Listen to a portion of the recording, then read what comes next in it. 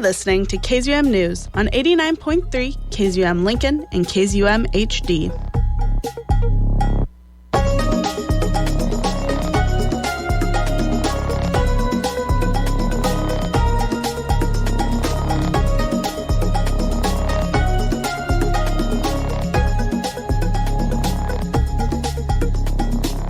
Good afternoon and welcome to today's edition of KZUM News, an hour dedicated to learning more about what is going on in Lincoln and the surrounding areas. I am the news director and your host, Amantha Dickman. And my name is Rebecca Ford, KZUM's news intern, and I will be your other host for today. And welcome to our Fun Drive episode. It is that time of the year again where Give to Lincoln has rolled around, and we are so thankful to live in a supporting community where we have things like Give to Lincoln, which helps our local nonprofits, including KZUM, stay functioning throughout the course of the year. Of course, Give to Lincoln Day is May 29th. However, we continue to take donations the entirety of this month, and there is a percentage that is eligible to be matched from the Give to Lincoln matching fund pool at that end of the month. So everything that you give goes just a little further this month, which we are so thankful for. Of course, we also want to take a moment and recognize the Girl Scouts for donating a variety of their cookies to KZUM this spring. Volunteers appreciate having them out for our Give to Lincoln Fun Drive. And now I just want to turn the attention to Rebecca, just for a second. Rebecca, you are coming up on the end of your internship here with KZUM. Once our Fund Drive wraps up, you will be leaving. Can you tell folks a little bit about what you plan to be doing with your summer? Yes, so this summer I am having the opportunity to go to Cooperstown, New York, where I will be living and working at the Glimmerglass Festival, which is an opera summer festival going on. I'll be there as their communications apprentice, so I'm so excited. That sounds like a really great opportunity and very close to what you're doing here. I mean, similar field there with music and communications. Right. Now that you're coming up on the end of your internship, how do you feel about it? It's definitely very bittersweet. I cannot believe how much I've learned with KZUM, how quickly I learned it, the variety of things I've learned.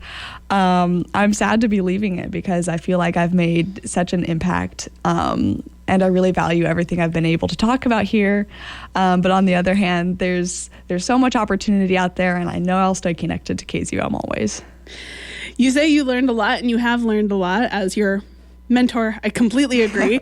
You started out the semester, working on those technical production skills. You are now producing basically entire shows by yourself. Yes. What is the thing that you are most proud of, though, in terms of your learning goals this semester?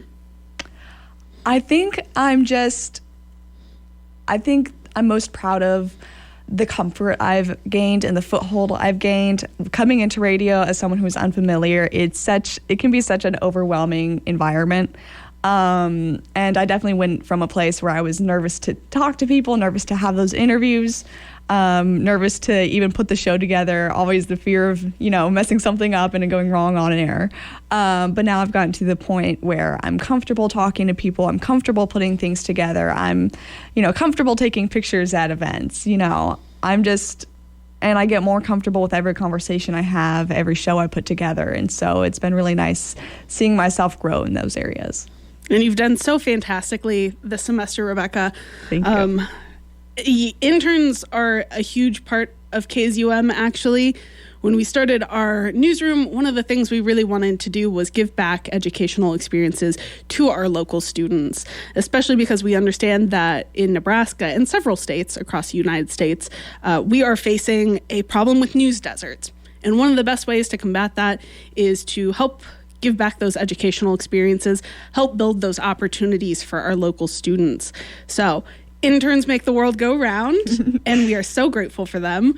But today, if you want to help support our internship program and help keep our news program combating those news deserts, then the best way you can do that is just to help throw some money our way, whether that's $8, $5, $10, whatever you can give, we always appreciate. And you can do that by giving us a call. We are here live doing the show in studio. Rebecca's first time doing the show live. Yay! You can give us a call at 402-474-5086, extension line 1. Again, that is a 402 area code, 474-5086, extension line 1. If you're not looking for a chat this morning, you can also head to KZUM.org. There is a red donate button at the top right-hand side of the screen, which will take you to a secure donation portal.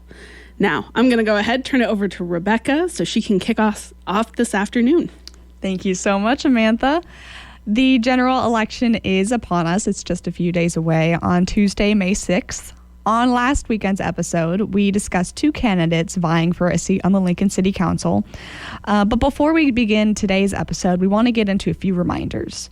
For information on where you can vote, you can visit Nebraska Voter Information Lookup, and this includes all publicly available information for voting, including where you can vote at and what your precinct is. Also, keep in mind that before you go in to vote, voter ID is required according to Nebraska state statute, so make sure you have that on you. That said, I can go ahead and get into the news. Last episode, we spoke with incumbent Sandra Washington and candidate Arang Zeb regarding their policy priorities and goals for this upcoming election as they run for the Lincoln City Council seats. Today, we're again speaking with candidates running in this general election. We sat down with incumbent Tom Beckius to learn more about him and his platform as he runs for re-election to the City Council. Due to some scheduling conflicts, we were unable to speak with the remaining City Council candidates Stan Parker, Benny Shobe, and Jerry Shoecraft, but you can check them all out on social media to learn more about their policies and priorities. Later today, you'll hear from candidate Tom Trumbull as he runs for election to the Lincoln Airport Authority Board of Directors. Right now, we have Tom Beckius here to discuss his campaign.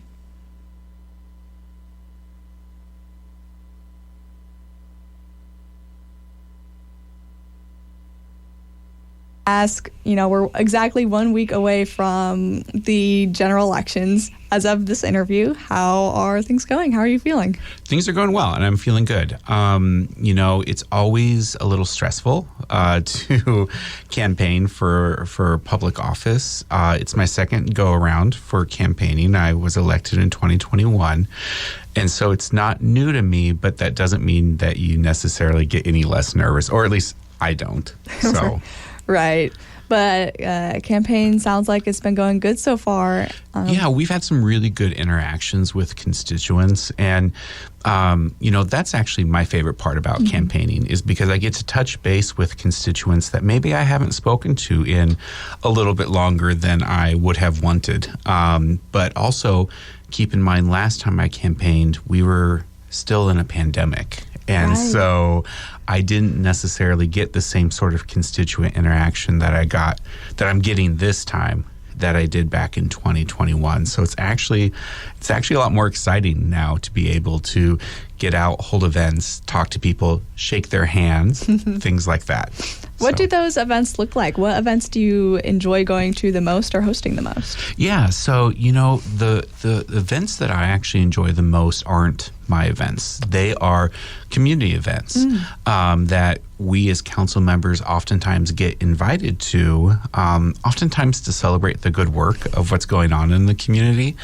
And that's really awesome because, to be able to go around our Lincoln community and be able to chat with people about the good work that their organization's doing, whether it's a nonprofit or their church or their neighborhood association or business group, what have you, being able to come in and kind of drop in, if you will, and just celebrate the good work that they've done, that's awesome. That's one of the best parts of the job.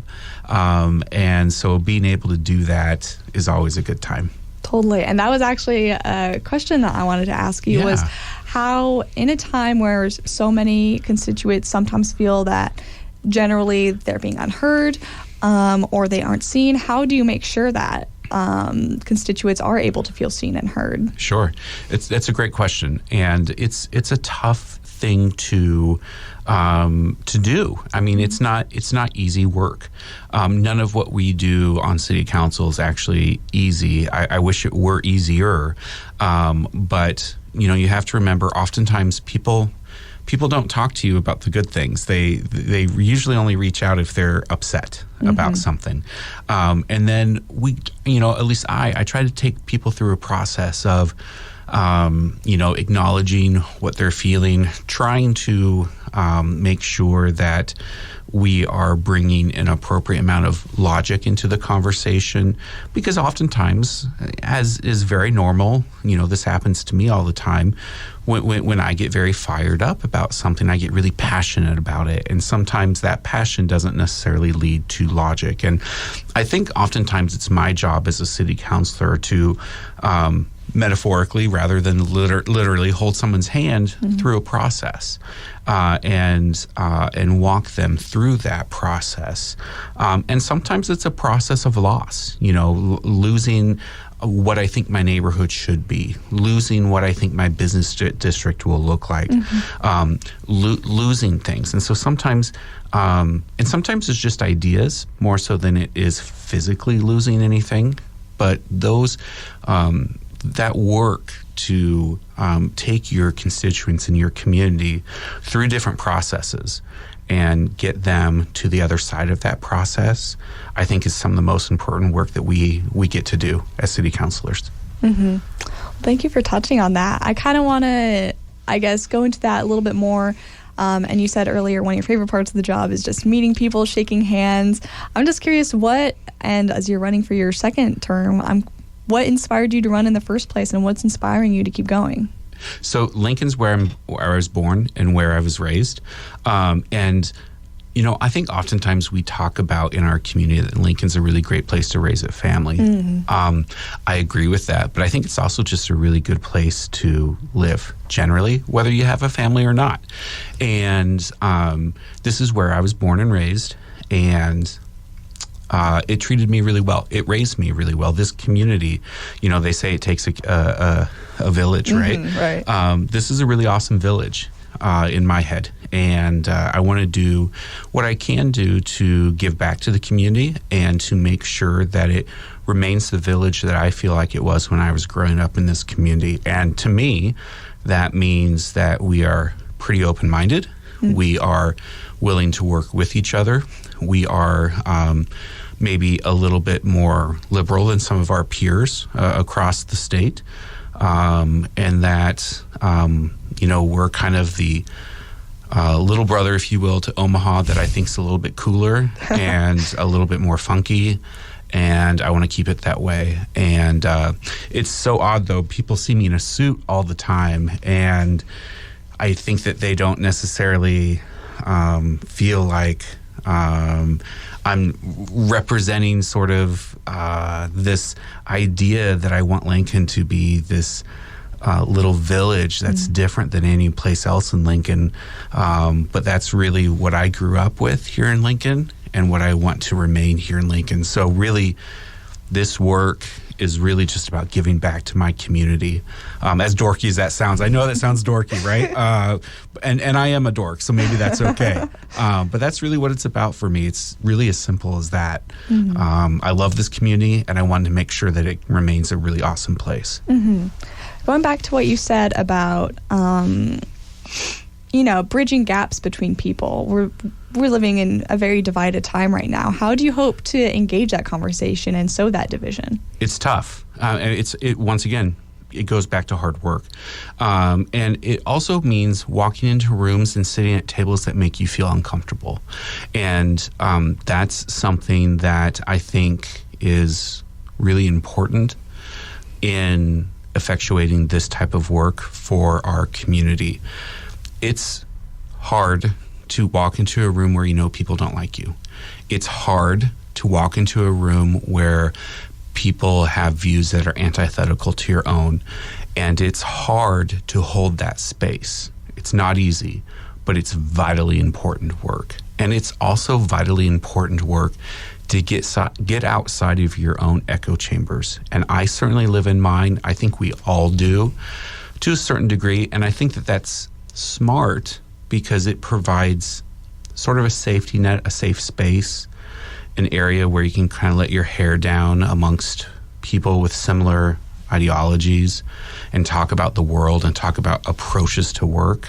But it's also super important to make sure that you're getting outside of those echo chambers that we all kind of live in, whether we are more conscious of it or not, to really build community. And that's the work, I think, the proper work of a city councilor is to have those tough conversations and try to get people into the same room that have those differing opinions so that we can work towards whatever the word consensus means in a certain circumstance. Once again, that doesn't mean everyone agrees. It means that we move forward together in a way that approaches compromise from everyone. But once again, that's hard work. It doesn't happen just at election time. It happens all year round, every day of the week. And it happens in really quiet ways that I think people don't often see. Like I said, it's walking into a room and sitting down at a table with someone about an issue that you know you have a disagreement with. And you may walk out of that room not having an agreement with that person, or maybe not even moving the needle forward. But at the very least, you've tried. And I think that you should always continue to try. But it's also important to recognize that type of work can be really challenging. And you need to take breaks, rest up, and try it again when you can. And that's what I look for when we have people come to city council looking for resolutions or looking for solutions to problems that they're identifying, is how has everyone that is surrounding this issue been engaged in this issue? Obviously, my job is as a decision maker. But a part of that process for me as a decision maker was everyone at the table, even the people I don't like, were they at the table? And when I say I don't like, I mean, I have views that are opposite of mine. Mm-hmm. Were they at the table? I think that's really important. And I think that oftentimes when we look at national politics and we look at, some of the stuff you see on TikTok or the viral moments or what have you, it's a gotcha moment. It's I'm trying to push through my agenda moment. It's rarely a moment of people coming together like I think you see in local government a lot, coming together and figuring stuff out. Absolutely. Definitely on a national level, we do see that much division, but when it boils down to just the Lincoln community or small communities in general, there's a big difference between how we have those conversations. So I appreciate you touching on that.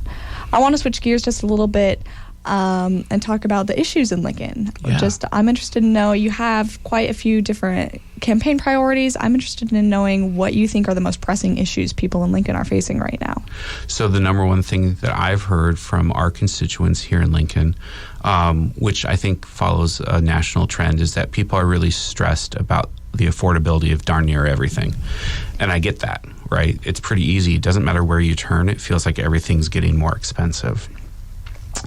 Now, as a city council person, sometimes it gets tough to be able to say, well, these are the things that I can effectuate change on when it comes to affordability. I can't change the price of eggs unless I go out and get a bunch of chickens, right? Right. Which is probably unlikely. But what I can do is affect housing policy, for example. What I can do is try to build a Lincoln that is more affordable in the long term. The downside of that work is that it's not very immediate. But if we can start making smarter decisions today about housing and housing affordability, then hopefully the idea is that, in a decade, we have a little bit more wiggle room when it comes to affordability in town. What we have been able to do immediately in terms of affordability for people is start to upskill people in their current work positions and or move them to new careers. It was something that was a part of the American Rescue Plan dollars that the city of Lincoln got, that we deployed to increase people's job opportunities. So, for example, about 1,400 people in our community have gone through what you might call an upskilling or a retraining process to move them into higher paying jobs. And I think that's super important because while we're talking about affordability, oftentimes we're talking about price controls or what we can do to control pricing. The flip side of that argument is what can you do to get people more money in their pocket? And so that work that we've done ranges for upskilling people, ranges from people working in healthcare and getting their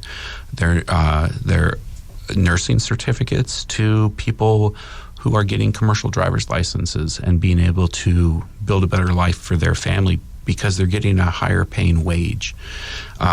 So that's really been, I think, on everyone's mind.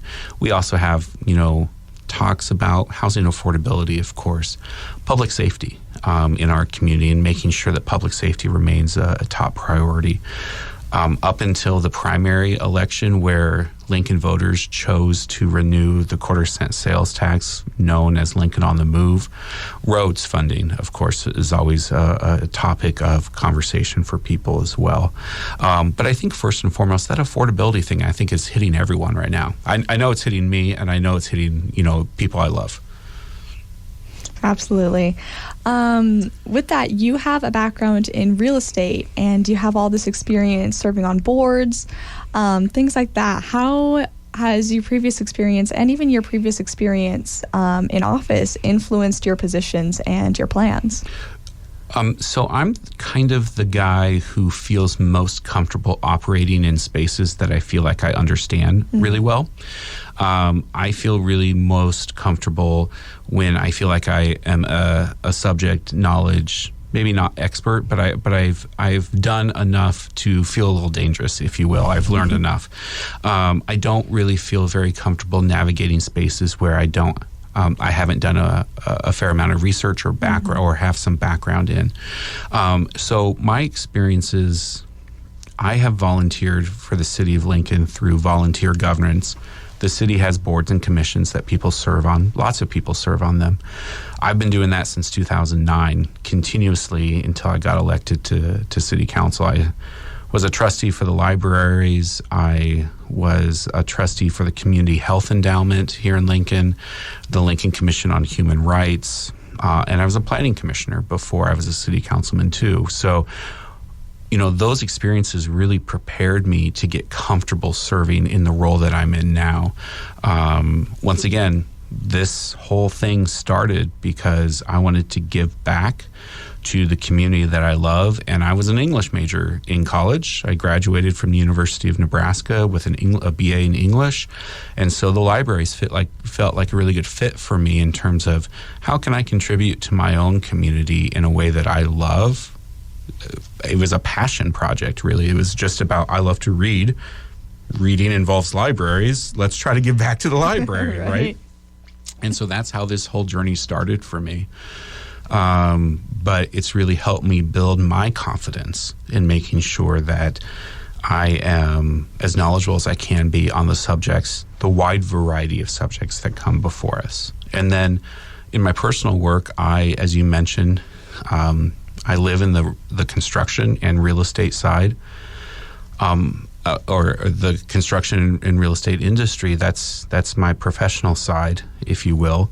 And of course, I think that gives me a ton of insight when it comes to housing affordability, because that niche has really provided me the opportunity to walk a line between public policy that I think does and does not work, and the flip side of that, builders or developers saying this does or does not work, and I can call either side out on things that are really more fact versus talking points, so that we can get to the real business of what we're trying to do. So I think it's been a really valuable tool and insight to bring to council that knowledge base. Mm-hmm. I think everything we've been discussing all could be parts of the conversation, factors in this idea behind people in Lincoln having or needing a higher quality of life. This is one of your policies or your campaign items on your website. So I just wanted to know, what does a high quality of life for people living in Lincoln look like to you? Opportunity. I think the highest quality of life that we can give to residents is the opportunity to fulfill their potential, whatever that may be. And sometimes that looks like things that people might not think are quote unquote city council agenda items. For example, we don't have a say over the Lincoln School Board and Lincoln Public Schools and their budget. But that doesn't mean that we're not going to participate and work with stakeholders like Lincoln Public Schools and our parochial school partners as well in making sure that kiddos have a really great opportunity to learn and grow and thrive in our community. And so you ask, what does that look like from the city side? Well, that makes sure that starts, as soon as a kiddo's born, by making sure that our health department is going out and meeting with every mother and child who wants to meet with us to talk about how do we get you on the best track so that that child can succeed really early on.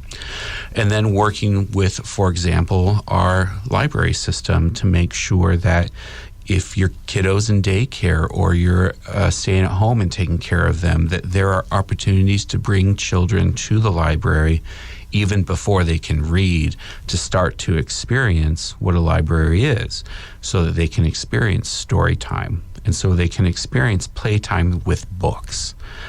Even though, once again, they may not be able to read.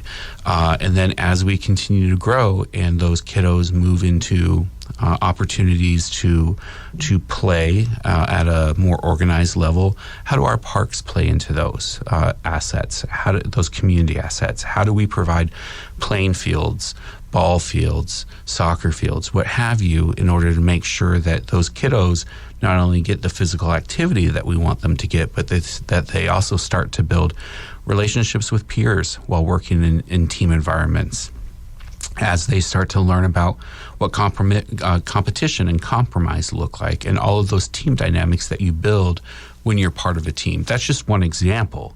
But I think it's inherent upon us to make sure that as city council people, we are working so that all facets of our community are thriving and prospering as much as they can, whether it's kids in our community, whether it's nonprofits in our community. I mean, that's huge right now, especially as we're moving through uncertain times and we don't know what a various nonprofits funding may look like going forward. How do we support a nonprofit that may have their federal or state funding cut?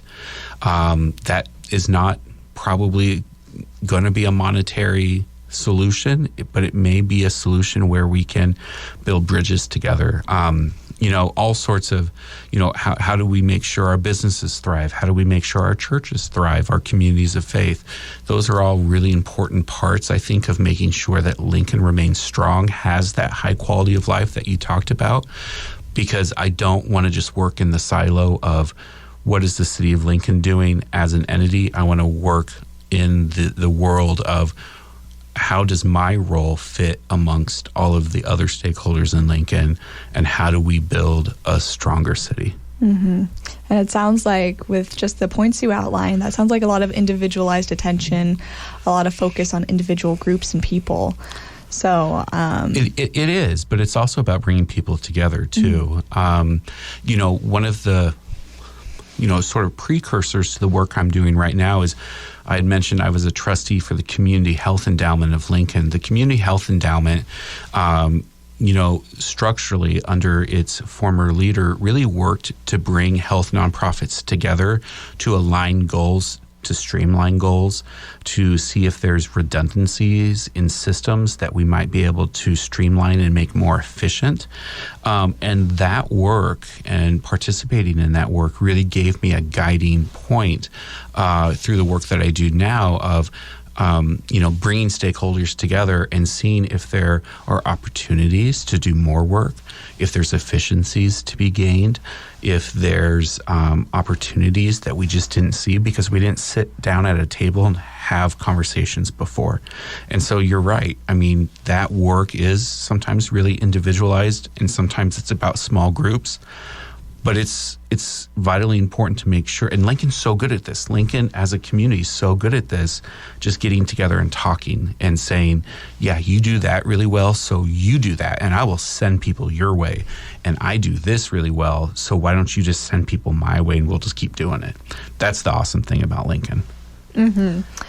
And as we begin to wrap up a little bit, I want to ask, what is your favorite thing about Lincoln? What do you love about Lincoln? Oh, I love on a warm summer night, sitting out with my husband on the patio of the oven, having dinner, having a cold beer with dinner. And what I love about that is especially when there's that vibrancy down in the Haymarket, right, and people are walking about, and you know, friends will walk by and you'll chat or whatever, and have a little chat, and then, you know, after dinner, I try to convince my husband to go to get a little ice cream, and usually that takes a little bit of convincing, but usually I can win because I try to park in the parking garage, so I have to walk by Ivana Cone on the way back. That's strategic. But you know, those are sort of the situations that I love, in that, you know, Lincoln is this town where I feel like you have an arena, you have an independent cinema, which I love independent film. You have these sort of attributes that you have sometimes in larger communities, but we're big enough to have those, but you're also small enough to feel like you are part of a community where you can hopefully find your niche and find your people and fit really, really well. I love that the image you just created in my mind about the downtown summer nights. I can picture myself being there. Yeah. Thank you. Just one more question. Now that we're at the end, do you have any final thoughts that you would like to share about your campaign, about the election, about you? Any wrapping up, finishing items? You know, I think Lincoln's on the right path. I really do. And I think Lincoln's a pretty darn good community. And I think we have a lot of opportunities here. I want to continue to work to create more opportunities here in Lincoln. You know, I think sometimes you'll hear people say some negative stuff about Lincoln. I don't necessarily believe that. I think we have I think we're in the sweet spot right here in Lincoln, Nebraska. And I just want to continue making that happen. So thanks to everyone for listening. Sure would appreciate your vote on May 6th if you think we're heading in the right direction. Thank you so much, Tom. Thanks so much.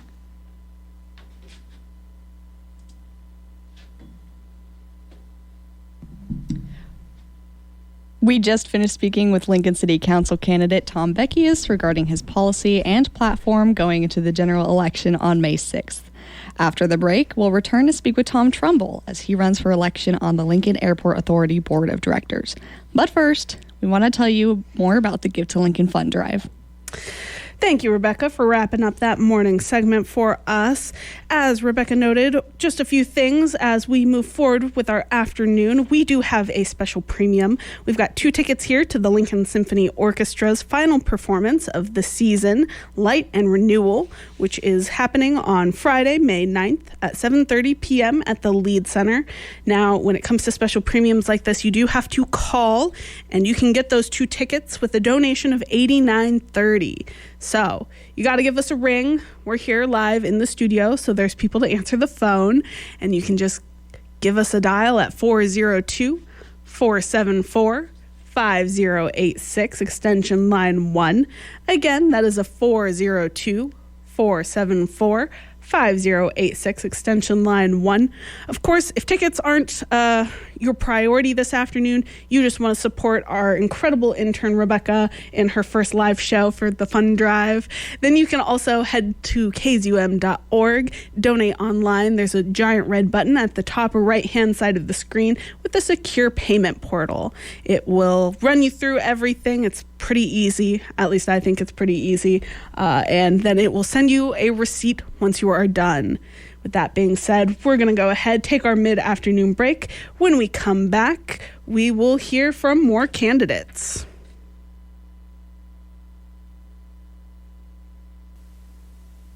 Welcome back to KZUM News. My name is Rebecca Ford, KZUM's news intern, here with you with today's news and the KZUM Fund Drive.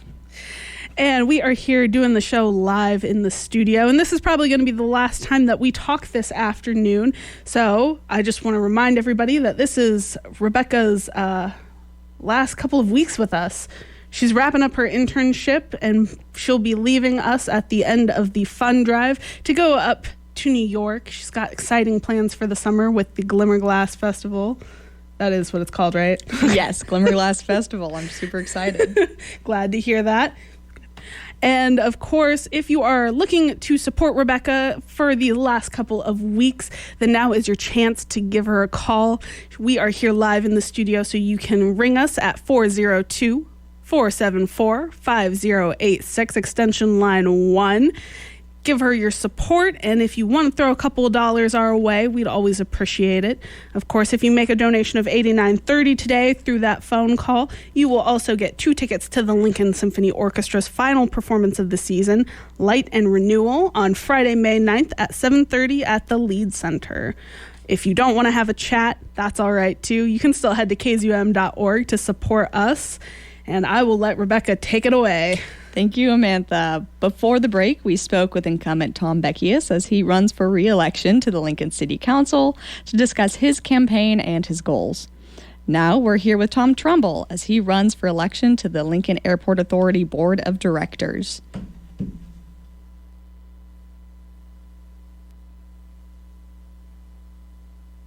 It is Thursday. We're about a week out from the election, so how are you feeling? Well, less than a week, actually. Well, I'm feeling that it's a good thing that it's getting close. Right. I was a little bit late getting started, so I've been pushing a lot of things into a short period of time, and I'm glad I'm getting close. Well, I'm glad for that, too. I know a lot of people, there's a lot of big things for people to be looking at in this election, and Airport Authority is one of them. So can you tell me a little bit about that position for those who might be unfamiliar? Okay, well, the Airport Authority obviously is an elected body. There's 5 members. They're charged with, they're technically the people that are in charge of operating the Lincoln Municipal Airport. So the officials are elected with the exception of if there's a vacancy, then the vacancy is filled by the mayor until the next election comes up. So, right, and this was the case for our current Airport Authority. Correct. Gotcha. Yep. Great. Well, then, I want to ask, this is your first time running for this position, is it? Yes, I'm the new old guy. So this is my first endeavor into politics.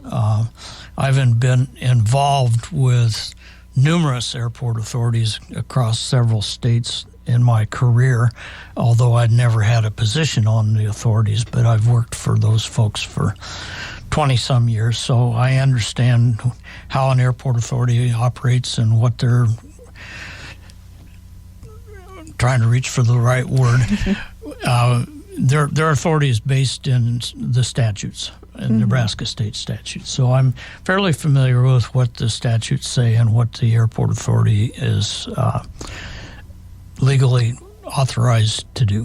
Mm-hmm. Right, and you have a lot of experience backing you behind this. And so I want to ask, what is it that's making you run for this position right now? Well, I think I can be helpful for one thing with my background. And there's been some issues over the past several years that things have not gone as well as people would have liked. And I did have some people come to me and ask me if I would do this. And in a moment of weakness, I said I would. Okay, and so you said that there have been some things that you think that maybe haven't been going so well previously for the Lincoln Airport. I'd be interested to know what you think those items are. Well, first off, let me preface that it's not all bad. Oh, no, right. So I think for the most part, I'm just going to start off with the basics. Mm-hmm. My mother taught me if I couldn't say something good about something, not to say anything. Right. So I'll be a little bit reserved, but the Redway Airlines startup about 3-4 years ago was obviously not well thought out. So I think in the future, those are the kinds of things that the airport authority wants to be looking at as far as bringing in new or different airlines, and what can we do to incentivize them to come to Lincoln. But we need to be very careful about how we do it and do our homework and make sure we're going into business with the right company.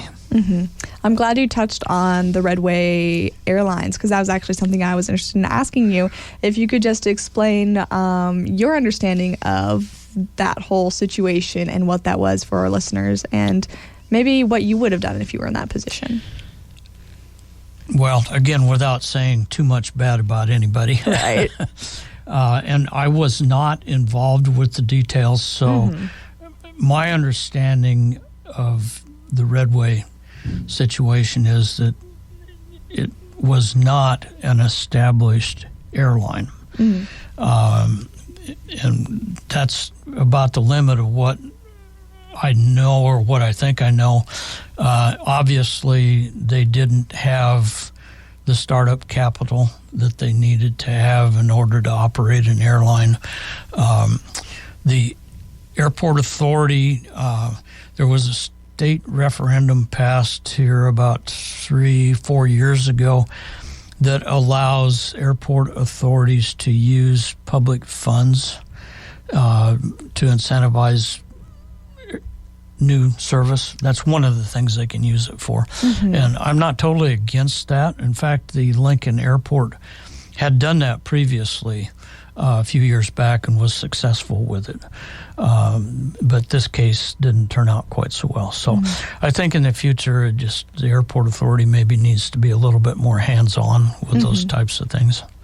Right. And I kind of have two questions branching off of that. I think that the Redway Airlines situation, that was in pursuit of, bringing more business and bringing more airlines to Lincoln. And one of your goals is to attract more airlines to the Lincoln Airport. So what do you think that airlines are looking for in an airport? They want to make money. Yeah. That's the bottom line. Right. And they have a very sophisticated system of looking at what the potential is for a new route anywhere. And so the airport needs to work hard at providing those details to potential airlines and trying to talk them into coming here. They are doing some things along that line that's positive. So I think they're going in the right direction. But it's something that it's going to take a lot of work, and we really need to work at keeping airline service in Lincoln. Right. Going back to what you mentioned earlier about public funding and things like that for airports, your website states that you want to be a little bit more financially conservative with those public dollars if you're elected. I'm just curious what being financially conservative with public dollars for the Lincoln Airport would look like to you. Well, first off, every dollar that we spend, we need to look at it and see what our return on that investment is going to be. I think they're doing some things that are nice things to do, but I'll have to find out what the return is on those items. So the Lincoln Airport, for the most part, over the past 25, 30 years, has been reasonably financially independent of using tax dollars for operation purposes. And things have changed over the years, but I would work very diligently to see that happen again. And my focus with using tax dollars would be for two things that I think are justified is when there are major projects that come up, like the terminal renovation. That building hadn't been renovated seriously since it was new in the late 1960s. It was time. But when you do that size of a project, you're going to have to borrow some money through bonding, and that's where the tax money, in my mind, should be used to retire those bonds. They have an upcoming runway rehabilitation project that's going to be along the same lines.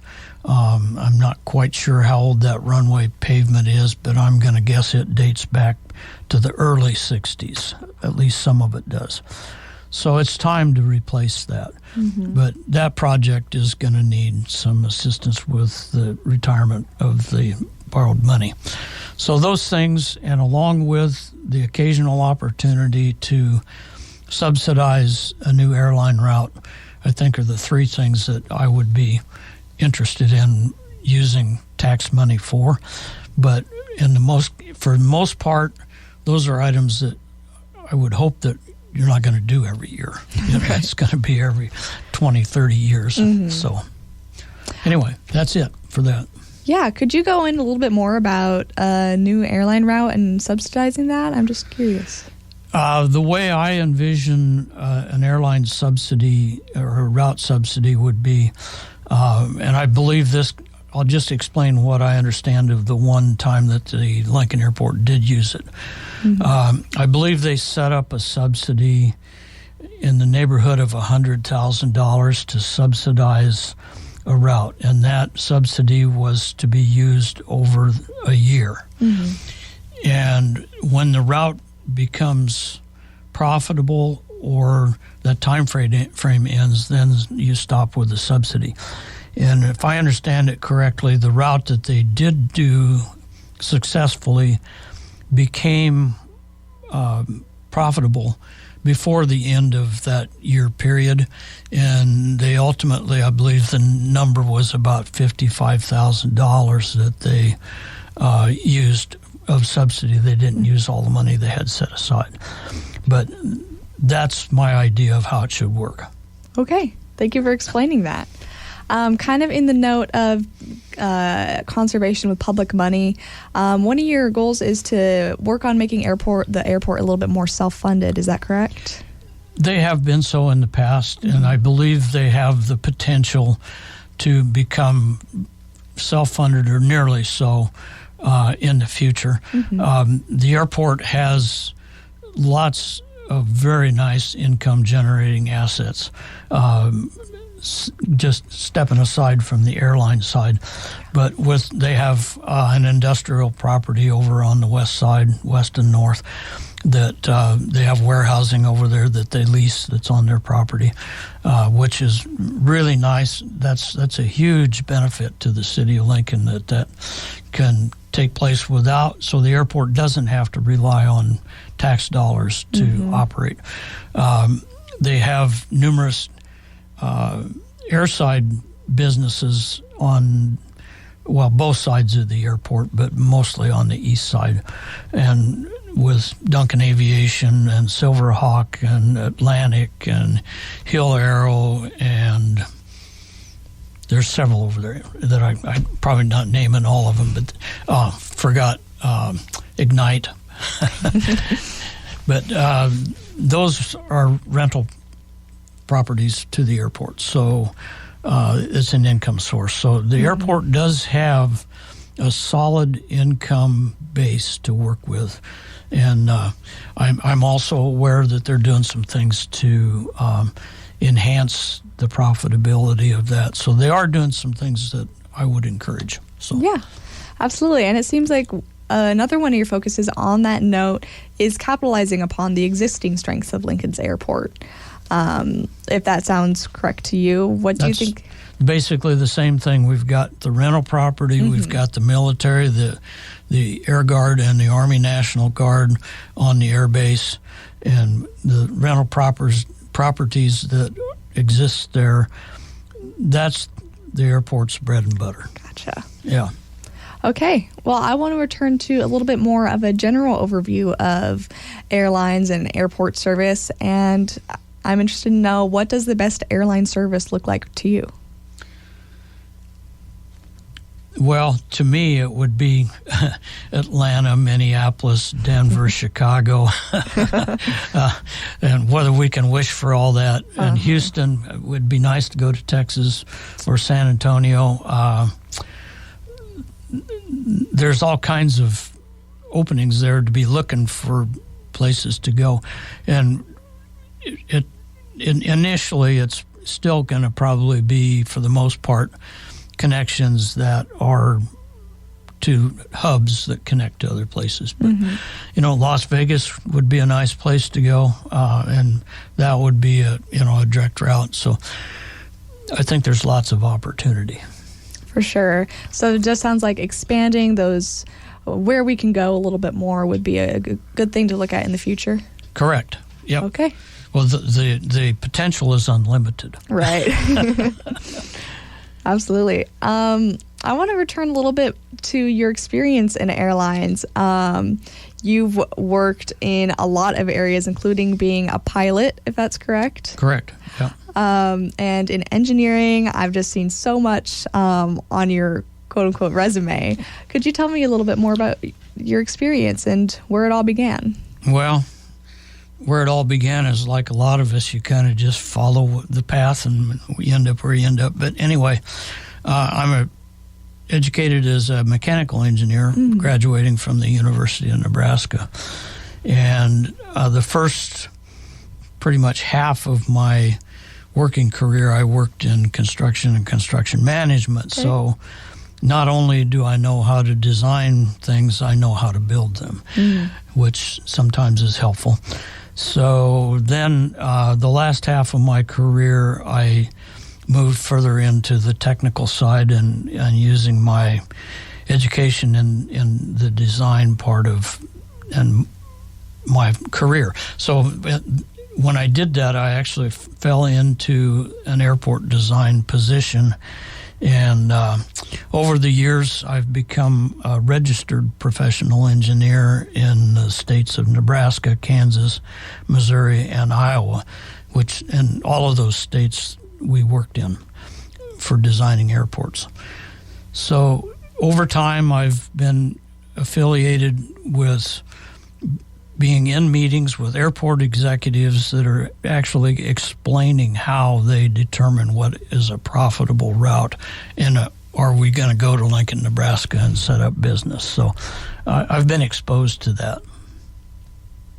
Okay, what is it that keeps you coming back to, airport and airlines and anything in that realm in general? What is it for you that does it? Since I've been a little kid, I've been enthralled with airplanes. So I'm still like a little kid. I'm still doing the same type of work, but I've worked in this field for over 20 years now and worked in Kansas, Nebraska, Iowa, Missouri, Oklahoma. Made a lot of friends in the industry. So although I'm technically retired at this time, doing what I'm doing will keep me involved with the people I've been involved with for 20 years. Right. So that's kind of what I'm looking to do. Yeah, sounds like a lifelong passion. Yeah. Mm-hmm. Returning back a little bit to policy and some ideas for that, one of your proponents is to protect Lincoln's air service for Lincoln citizens. Can you tell me a little bit more what that looks like? Well, we need to absolutely keep what we have and start building on that. The Lincoln Airport is the only substantial public transportation facility we have in Lincoln. It's crazy to think about. So it's whether you're getting on an airline, whether you're getting on a charter aircraft or whatever. There are other transportation options in Lincoln with Amtrak and the bus, but the airport is basically the major item. So we need to protect that because without it, we really don't have much in town. Yeah. How do we protect it? Well, we're going to have to keep airline service. That's a given. And we're going to have to work over. It's not going to come overnight. We're going to have to work to get additional service. And I think as it starts to build, we'll attract more ridership from the people in Lincoln. But it's going to take time. Right. Yep.